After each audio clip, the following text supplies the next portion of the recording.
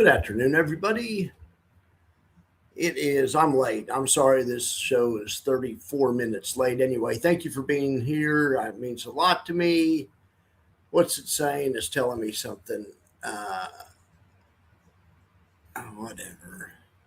Anyway, all right, guys. Thanks for being here. Let's see what's going on. It's saying up there on my that I need a premium account, but I have a premium account for StreamYard. But maybe it means for I think it means for X, but I mean anyway. All right, so let's forget about all this stuff and let's look at the market, see what how the market finished up. I was just looking at it earlier.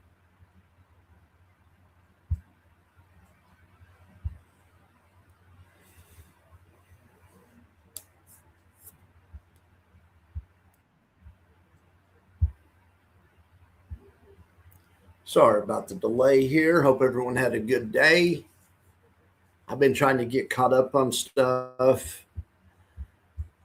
First day back in the office after vacation, being gone a while. There's Jackson. How you doing there, Jackson? How can I help you, buddy? Do you want to say hi? Come here. You want a treat? You want a treat? Come here.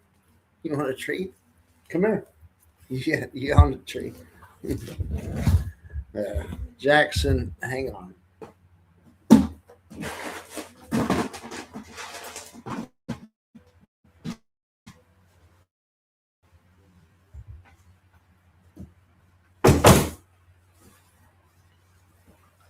Okay, sorry about that, guys. All right, let's check this out. Let's make sure I'm sharing the screen. I'm not. It took a while to get used to two screens. So I'm back down to one screen for a while. Then I'll be back, and then I'll have two screens again. Probably after Wednesday. I'm trying to think, or with the new computer, I'll just have one screen, but it'll be a bigger. It'll work better. So, all right, guys. Let's see here. It looks like the Nasdaq went straight sideways from the open. It's kind of what that's looking like to me. Or no? Where does Friday stop? And I can't tell where Friday stops and Monday starts. That's Friday. That's Monday. Okay. Yeah. That looks like the old straight sideways from the open. I guess it actually opened up here. But anyway, let's look at the Qs. Still in better shape than we were yesterday, holding a bullish gap. That looks great. You got to love to see that. Looks like the day itself was uneventful, but it's a step in the right direction. But if it looks like if you were day trading it or something, expecting a lot of action intraday, you would have been disappointed. It just went basically sideways, but heck, we'll take it. All right, that's the SPY holding that bullish gap. Let's look at Bitcoin. That's incredible. That's incredible. That's the whole difference there. That's all and so now I know that blocks, all the ETFs I'm always talking about that I love, blocks, ULTY, WPay, that, the 4 or 5 I talk about nonstop, K yield, will be doing well because they're also heavily correlated to this sector. But anyway, so blocks is just a monster. Look at this. It was up 5.7, and after hours, it's up another 0.5%. Holding multiple bullish gaps. There's a bullish gap right there that it held, a closed open gap that's open. There's a bullish gap there that's still open, and a bullish gap here that's still open. That's incredible. Great job, blocks. Great turnaround there. Let's look at ULTY, one of the other ones that I've always talk about that I love. I like what they're doing. I like the strategy. Now this one looks like it did what the market did, went straight sideways as far as today, but it's also still holding the bullish gap. Anyway, good job, ULTY. Let's look over here at ULTI. That one was up 1%. Look at ULTI. ULTI looks good. It was up 6.4%. Heck yes. And let's look at K yield, and then let's look at WPay and QLDY. Those are some of my favorites. Here's K yield up 2% today, holding in bullish gap. Let's look at old WPay. WPay is not even a covered call fund, but it's an income opportunity. It's interesting for sure. It's up 1.6 today.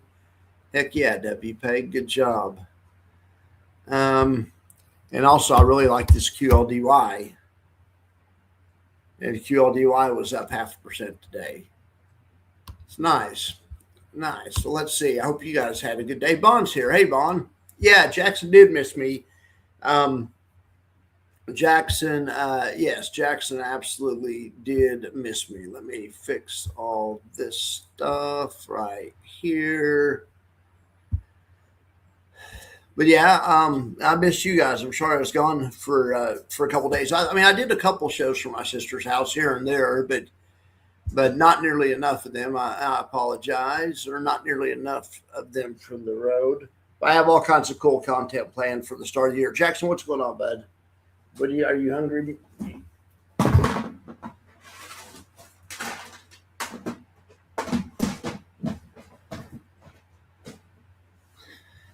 All right.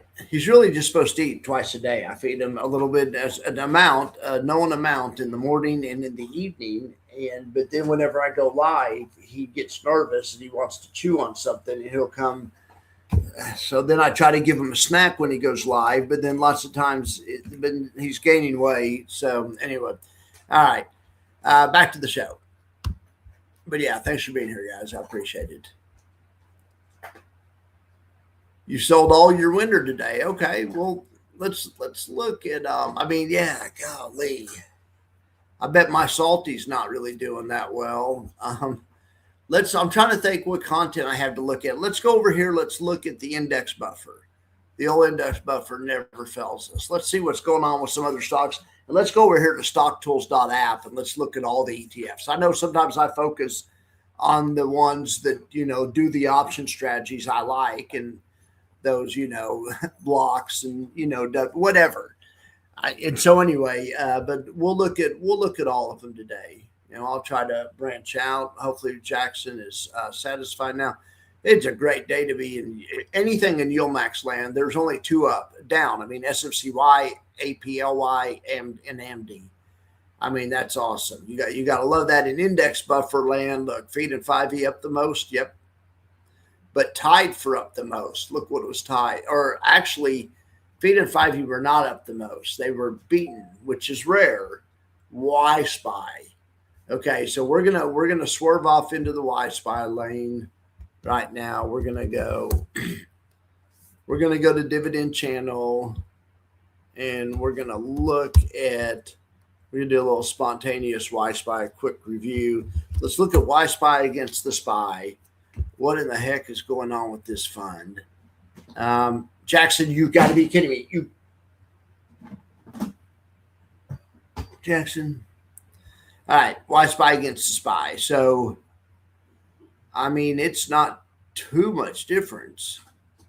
I mean, 37 to 33, or that's really closer to 38.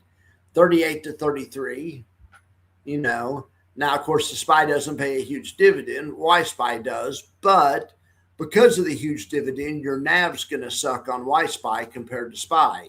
SPY, the investment went from 536 to 683.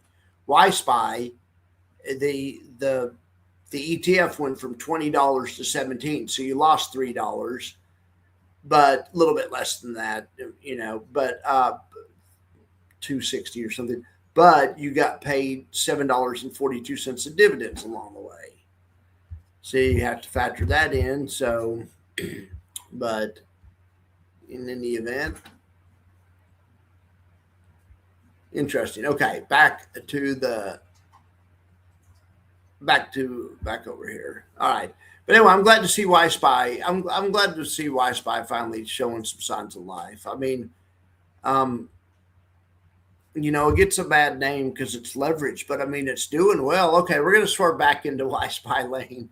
Okay, well, let's compare Y-SPY with like SPY-I, which is the beacon of stableness or whatever. It's as blue chippy as a high yield can be. It's hard to be blue chippy when you earn double digits, but it's a blue chippy double digiter would be what was how I would think of SPY. And look at this, why SPY beats SPY. That's pretty dang impressive, isn't it? And that's not even dividends reinvested. I mean, dividends reinvested, it beats it by even more, but who cares? I mean, that's fine. I mean, that could help you if that's what you're after. But I mean, now granted, though, if you're one of these people that has to see positive NAV or it's a deal breaker, SPY is a better one for you because it went from 46. The NAV went from 46 to 52. Whereas on YSPY, the NAV went from 20 to 17 to a little bit, 1783. So what was that, $2.40 or whatever. So yeah, SPY would still be probably the right one for a lot of people, but just on a total return basis, YSPY is not doing too poorly right now. So anyway, teach his own. I had some YSPY and sold all of it, full disclosure, but not because I didn't like it, just because the market was kind of high and I was trying to take some money off the table. All right, what are you guys? Is everything going on all right over here? Is the stream cutting out or anything? Kind of looks like it is. I see somebody said I could be right or something. Anyway, gosh darn it.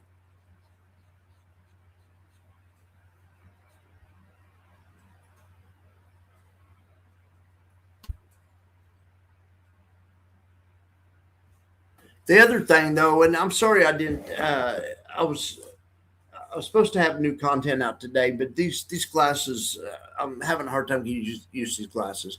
I get my real glasses back in probably in a couple of days. And anyway, what's up? What's up, Mayor? How you doing? Fish, what are you saying? Your blocks and K yield are back in the green? Heck yeah. I mean, my model account's looking way better. Yes, great. Mayor, and I agree exactly with what you said, and I say that all the time. I say that all the time. Now, I'm a hypocrite, of course, because I do reinvest the dividend in an account, but I'm planning at some point in the future to turn that off or only to start to cut it back, to start reinvesting half the dividend or something. But yes, it makes no sense. 100%. I agree with you. Just buy the underlying, especially if you're young. I mean, yeah, absolutely. All right, what else is going on here? Who else is here? I'm having a hard time seeing what's up. But anyway, I can't see what that says. Beth and Better or something. Anyway, have you ever taken a look at, BETE? Okay, no, let's look at that. Thank you so much. That's the kind of question I want to, for some reason, I'm having some kind of problem here. I probably need to restart my computer or whatever. If the stream crashes, I'll just restart and come back on. But anyway, but no, I haven't taken a look at that. BETE. So it's ProShares, Bitcoin, and Ether. Oh, what a great idea. I love stuff that's equal weight or that's somehow diverse, or it somehow takes the pressure off in some manner. But what a great idea. There's one out there, and I'll swerve back over into this one a second. There's one out there, and I don't know how it's doing, and I forget what it's called. Maybe you guys can help me think what it's called. There's one out there that owns Bitcoin and Ether, and it's not ProShares. And what it'll do, it invests in Bitcoin and Ether, but only whenever the moving averages indicate that it's risk on. Then other times it invests in T-bills or something. Anyway, see if you guys can remember what that is. Last time I checked, I don't think it was doing that well, but it was like maybe Bitwise or something. I like the idea of that. Anyway, okay, back into this lane. So this is ProShares. So this is just a 50-50. They just keep it balanced between, but this way you don't have to choose between Bitcoin and Ethereum. I love the idea of this. Why don't they have one that's an equal weight of the top 5? That also includes Solana and the other 2 or 3, and I bet they probably do. But in other words, like a SPY of well, anyway, they do, or they will if they don't. Anyway, that's cool. So what does it do? Look at this. It pays a 63% yield. Is that right? Wow. So let's see. And holy cow, yeah. Well, of course, because it's not only so it's income. I just thought it was equal weight of. I wonder how it's paying that much. I wonder if it just gives you profits from because these things are going up a bunch, or if they're selling premium to turn that. Ether future DFRC currency. Huh, interesting. Well, that's really interesting. No, I haven't checked that out. I'll have to check that out more. Thank you for bringing that to my attention. Okay, now my screen, everything's back to normal then. So you guys are talking about trading. Everything's great. You guys are all good. Yeah, and I wasn't harping on the other thing is there's some people, I mean, there's young people that use these things and they know what they use these things tactically. They reinvest the dividend and grow stocks, and they're just using this as a way so it's just you can also think of these funds as kind of outsourcing your option trading. Because people for years have sold puts and have done income option trades, and that all they've done is turn this into an ETF. So I think they're decent ideas if just on that thing, even for young people. But just be careful because because of the capped upside and stuff. Hey Andre, what's up there? Does anyone know when the boot? No, that's a good question. When do those come out? So. Not only that, okay, so let's talk about this. There's boosted from Neos. Wasn't there also supposed to be boosted from our friends over at Tap Alpha, Mr. Sai Katora? I believe I read that TDAC and T-SPY were going to get a boosted as well. But in either event, those are all four great funds. Mayor, what are you up to? Can an ETF do a hedge fund strategy by shorting the stock and holding bonds? Yeah, I'm sure they can, but that's a great idea. Or some sort of long short balance thing to generate income. It's a good question. The guy to ask that would be the guy that does the Bitcoin and gold. Well, he's not really a long short guy, but anyway, the guy from Quantify Funds is going to be on soon. That'd be a good question for him. It sounds like if anyone would do it, it might be him. The Yield Max guys I don't think would be interested in a strategy like that. It sounds interesting to me though, Mayor. All right. Okay, the ETFs, BET and BET. Okay. Well, yeah. So I want to look into them. I could have pulled up the prospectus and looked really quick. It's interesting. Yeah. How are they paying the yield? I mean, have you looked into the option strategies yet? Instead of looking into them, I'd love to just hear your commentary. How are they doing? What's their strategy? Some of these funds will pay a yield even though they don't sell any premium, and they will just pay out of, especially when they have a pairs trade, they'll rebalance the pairs trade and they'll pay a little bit from the winning pair or something sometimes. So, but anyway, whatever they're doing, I mean, you got to love it. They look like they're doing pretty well. Okay. Yes. Now let's talk BTOP for a second. We're going to swerve over into this lane. So BTOP was the ETF I was talking about from Bitwise that does two things. One thing, I think it's 50-50 in Bitcoin and Ethereum, but it also can go to risk off when you have a risk off event. So like I say, I don't think it's done that great. Let's look at a monthly. Let's see how far back it goes. Well, I mean, it's down 14% for the year. So that's, has not done great. It's missed out on the rally. Well, I don't know. I mean, no, actually, I wonder what Bitcoin's down for the year. I mean, anyway, whatever. It hasn't done great, but neither's Bitcoin.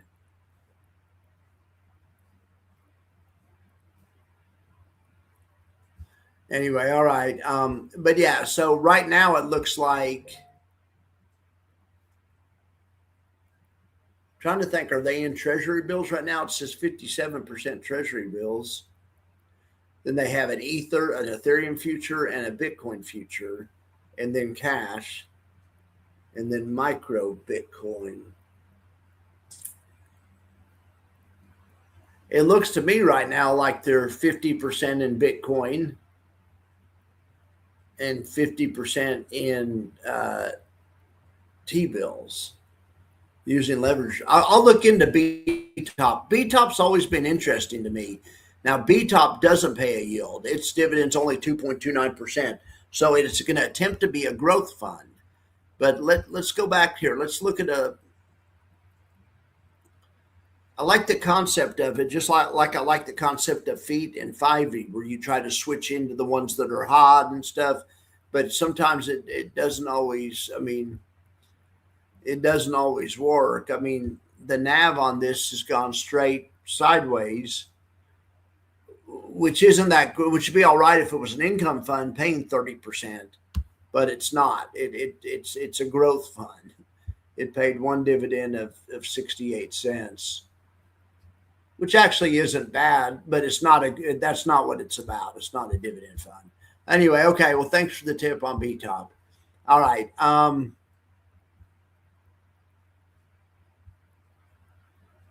Yeah, they're futures contracts. Okay. Yeah, and they just rebalance them. So that's what they do. And yeah, they rebalance them in their futures contracts. They take advantage of the leverage that futures offers, and they trade them like a hedge fund, but they keep them balanced, and they can make a little yield off the rebalance of them or whatever. They can take a little from the winning side, or I don't know exactly how they do it, but in any event, ProShares pays a good dividend. Yes. Now, I've never understood that either on those short funds, but they do pay good dividends on those. But you wouldn't consider that a dividend stock. People don't buy SQQQ to retire on, right? The dividend's just a happy side effect. It's not. Is that right, or do I have that wrong, or do people? Wouldn't it be? Why can't you just buy 50% SQQQ and 50% TQQQ?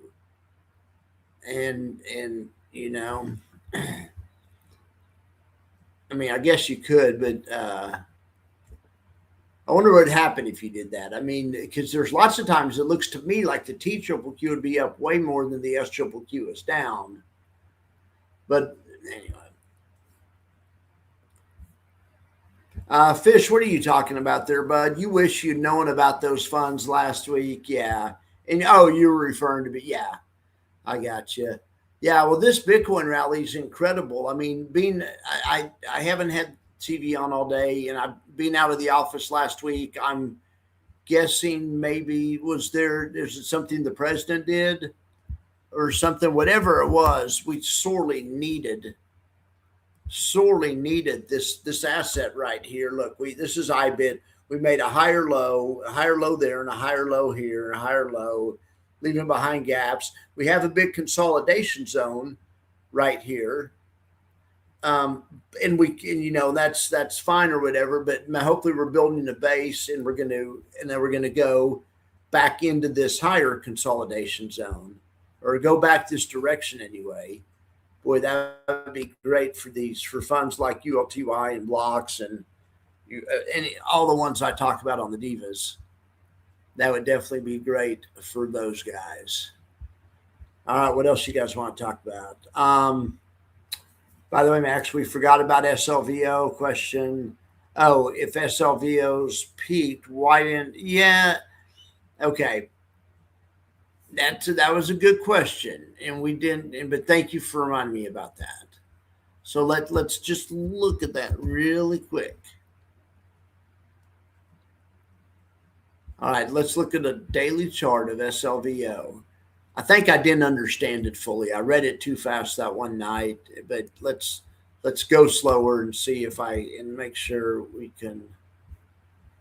Okay, so this is SLVO. Wow, this is a pretty old fund. Okay, so this is daily, and this is without dividends factored in. So this is just the price. Okay. So this is the fairest way to look at it. This is just the price. The dividends are an extra bonus, whatever. But, okay, question was, and then you're saying if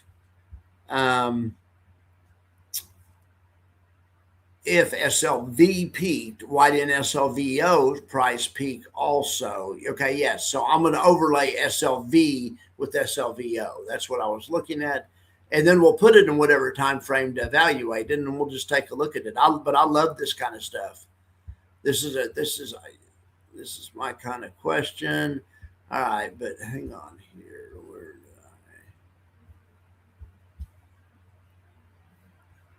Seems like I got it messed up or something.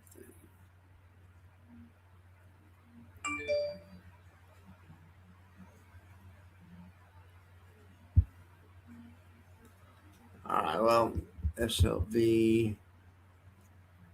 Looks like they kind of changed the way it works anyway. So I want to put it up there. Gosh darn it. Well, they've changed the way they've changed the UI, the UX, whatever, on how you add another symbol to the same chart. Anyway, I mean, we know SLV's chart is just, I mean, straight up. And so, I mean, if SLV peaked, why didn't SLVO's price peak? All right. Well,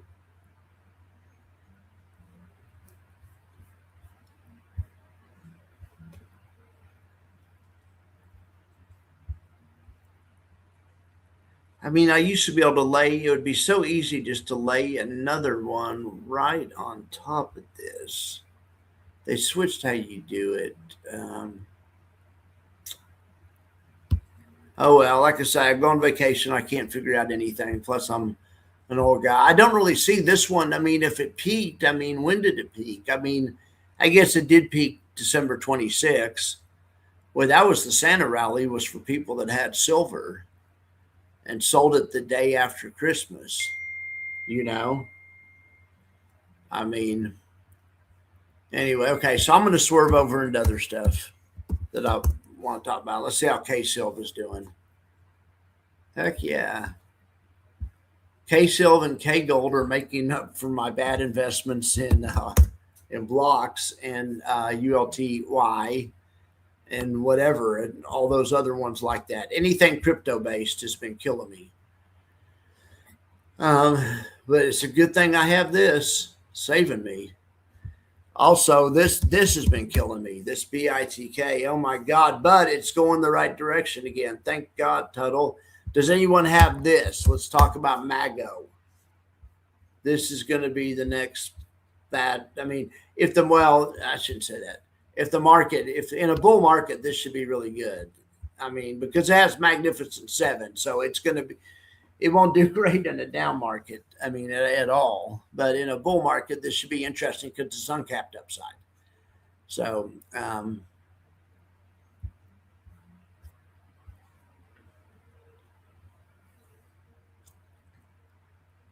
right, plus side to the left of the diamond thing. Sorry, to the right. I know it used to. I swear to God, it's like it's not there. It's like this. I mean, I know it's where it's always been. The plus sign right to the right. See, they've switched this. Oh gosh darn. All right. So let's look here. Let's do it, and I think we have to bring the time down a little bit. So let's look SLV. We maybe have to look at 30 minutes because I'm not sure when. Okay, SLV, and then we'll go right here to SLVO. And we're going to do the same price scale, right? And I can do different if we want. Okay, so what are you? Okay, so, and I can't change anything to it. It's locked in there. Oh, I see. Okay, well, this is something else. Yeah, so SLVO made a new high. SLV kept making new highs, and SLVO didn't. That, where you can see right here, you just eyeballing it right here, silver and SLVO went up together. The price of that they went up at the same time. They kept creeping up, but then right here they decoupled. I think maybe your question. I mean, that's what I'm seeing. Okay, yeah. So let's do it like this.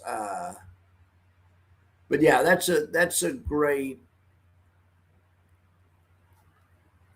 question.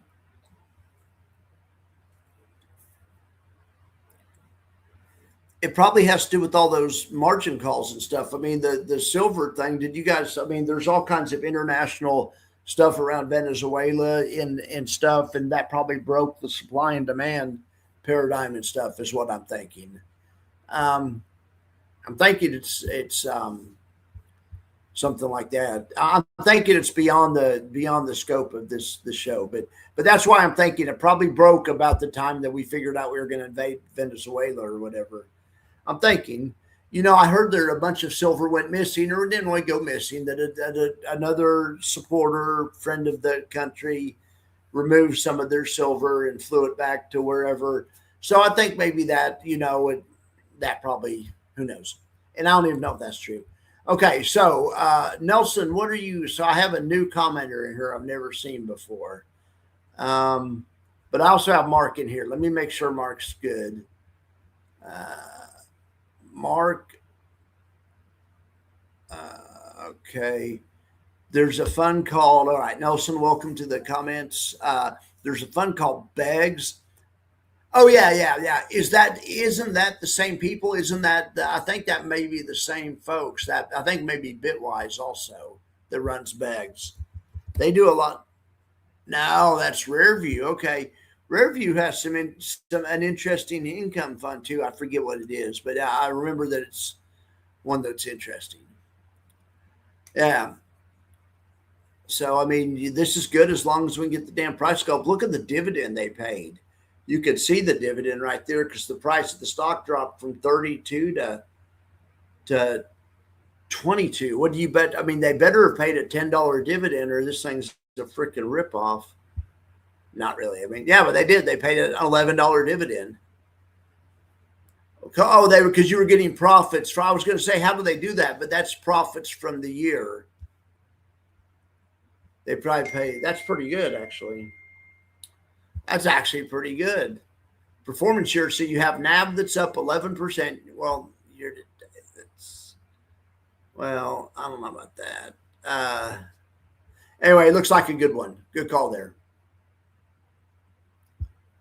Good call. So anyone interested in Mago? I mean, it's Mago. It's going to be. I can tell you exactly how they'll do, but I mean, it depends on what the Mag 7 does.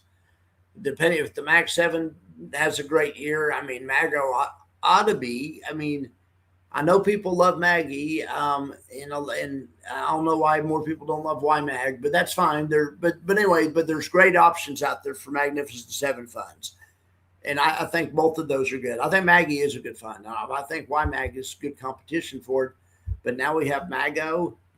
I mean, hey, dividends degenerate. Mago deep dive at 7:00 Eastern. Okay, we'll kick ass. I need to watch that because I need to figure out what's going on. No, I have my own deep dive. I even have my thumbnail made. I just haven't shot it yet. I need to get off my butt and do my own content, but I'll watch yours in the meantime. Bond, you have a few shares of Begs. Had a massive year into. Yeah, I could see that. Well, Mark, I'm glad you're here, bud. I'm glad everyone's here. Looks like everyone's doing great. When does X Funds come up with their? Yeah, good question. Good question. How's GX doing, people? I haven't heard people talk about GX. Let's just forget about silver for a second. It's above. I can't figure it out right now, but I bet you something with the war broke the relationship between SLVO and it switched the term structure of the futures around or something. Let's do this.